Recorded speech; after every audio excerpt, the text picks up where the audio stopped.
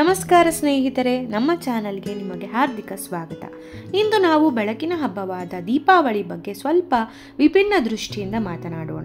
ದೀಪಾವಳಿ ಎಂದರೆ ಕೇವಲ ಪಟಾಕಿ, ಸಿಹಿ ತಿಂಡಿ ಅಥವಾ ಹೊಸ ಬಟ್ಟೆಗಳಲ್ಲಿ ಸೀಮಿತವಲ್ಲ. ಅದು ನಮ್ಮ ಜೀವನಕ್ಕೆ ಹಲವು ಪಾಠಗಳನ್ನು ಹೇಳುವ ಹಬ್ಬ.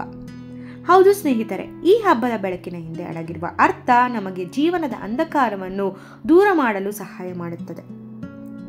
ಅಂಧಕಾರದ ಮೇಲೆ ಬೆಳಕಿನ ಜಯ. ದೀಪಾವಳಿ ನಮಗೆ ಹೇಳುವುದು, ಎಷ್ಟು ಕತ್ತಲೆ ಇರಲಿ, ಒಂದು ಚಿಕ್ಕ ದೀಪ ಕೂಡ ಅದನ್ನು ದೂರ ಮಾಡಬಹುದು. ನಮ್ಮ ಜೀವನದಲ್ಲಿಯೂ ಕೂಡ ಕಷ್ಟಗಳು ನೊಂದು ಹೋಗುವ ಕ್ಷಣಗಳು ಬರುತ್ತವೆ.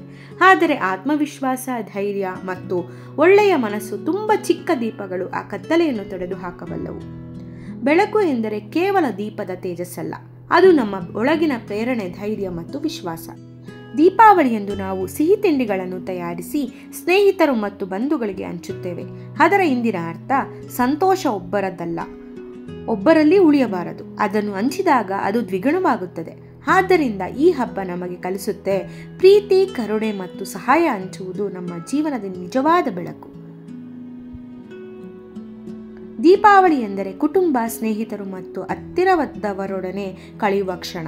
ಹಳೆಯ ಕೋಪ, ಅಸಮಾಧಾನಗಳನ್ನು ಬಿಡಿ, ಒಬ್ಬರ ಮುಖದಲ್ಲಿ ನಗು ಮೂಡಿಸಲು ಪ್ರಯತ್ನಿಸಿ. ಅದೇ ದೀಪಾವಳಿಯ ನಿಜವಾದ ಅರ್ಥ. ನಮ್ಮ ಪ್ರೀತಿ ಪಾತ್ರರ ಜೊತೆ ಹಂಚಿಕೊಳ್ಳುವ ಆ ಕ್ಷಣಗಳು ಎಲ್ಲ ಸಿಹಿ ತಿಂಡಿಗಳಿಗಿಂತಲೂ ಮಧುರ.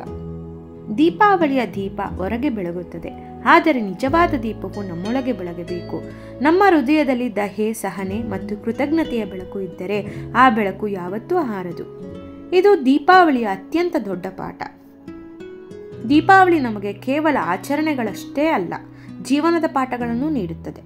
ಅದು ಹೇಳುತ್ತದೆ, ಕತ್ತಲೆಯನ್ನು ಎದರಬೇಡಿ, ಬೆಳಕನ್ನು ಹುಟ್ಟುಹಾಕಿ, ತಪ್ಪುಗಳನ್ನು ಮರೆತು ಹೊಸ ಶುರು ಮಾಡಿ, ಸಂತೋಷ ಹಂಚಿ, ಪ್ರೀತಿ ಹಂಚಿ, ಒಟ್ಟಾಗಿ ಬದುಕಿ, ಬೆಳಕಿನಂತೂ ಮಿನುಗಿ.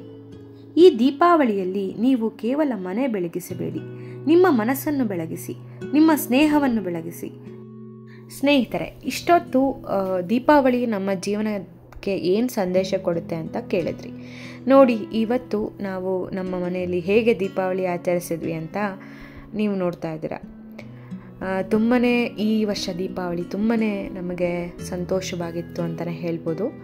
ಎಲ್ಲರೂ every moment of this day we are enjoyed. ತುಂಬಾ ಖುಷಿಯಾಯಿತು. ಇವತ್ತು ಪಟಾಕಿ ಹೊಡಿಬಾರ್ದು, ಪರಿಸರಕ್ಕೆ ಹಾನಿ ಆಗುತ್ತೆ, ಬಟ್ ನಾವು ಒಂದೆರಡು ಪಟಾಕಿ ಹೊಡೆಯೋದ್ರಿಂದ ಏನೂ ಆಗಲ್ಲ ಅಂತ ನನ್ನ ಭಾವನೆ.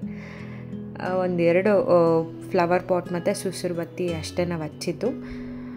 ಇದಾಗಿತ್ತು ಇವತ್ತಿನ ದೀಪಾವಳಿಯ ವ್ಲಾಗ್. ನಿಮ್ಮೆಲ್ರಿಗೂ ಇಷ್ಟ ಆಗಿದೆ ಅಂತ ಭಾವಿಸ್ತೀನಿ.